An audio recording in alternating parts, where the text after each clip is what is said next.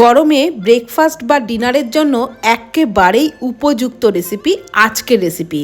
বড় এক বাটি ওটস কড়াইয়ে দিয়ে হালকা করে ভেজে তুলে নিলাম। তারপর ওই কড়াইয়ে দিয়ে দিলাম সাদা তেল, দিয়ে দিলাম কয়েকটা চিনেবাদাম, একটু ভেজে নিয়ে দিয়ে দিলাম কাজু বাদাম।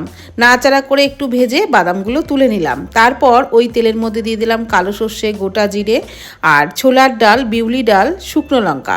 ফোড়নটাকে একটু ভেজে নিয়ে দিয়ে দিলাম কয়েকটা কারি পাতা দিয়েও নেড়েচেড়ে নিয়ে দিয়ে দিলাম পেঁয়াজ কুচি। পেঁয়াজটাকে একটু ভাজা করে নিলাম। তারপর দিয়ে দিলাম গ্রেট করা গাজর দিয়েও আরও একটু নাড়াচাড়া করে নিয়ে দিয়ে দিলাম কাঁচা লঙ্কা কুচি, গ্রেট করা আদা আর টমেটো কুচি। হালকা করে ভেজে নিলাম। তারপর দিয়ে দিলাম যতটা ওটস নিয়েছিলাম ততটাই জল, পরিমাণ মতো লবণ আর একটু চিনি দিয়ে জলের সাথে ভালো করে মিশিয়ে ভেজে রাখা ওটসটা দিয়ে নাড়াচাড়া করে দিয়ে দিলাম একটু ঘি। আর তারপর গ্যাসের ফ্লেম একেবারেই লোতে রেখে ওই 3-4 মিনিট মতন ফুটিয়ে নিলেই তৈরি হয়ে যাবে দুর্দান্ত স্বাদের রেসিপিটি। নামানোর আগে ধনেপাতা কুচি আর ভাজা বাদামগুলো দিয়ে নাড়াচাড়া করে গ্যাসের ফ্লেম অফ করে দিয়ে দিলাম লেবুর রস। নাড়াচাড়া করে নামিয়ে নিলাম। খেয়ে দেখবেন এইভাবে, দারুণ লাগবে, তেমন স্বাস্থ্যকরও হবে।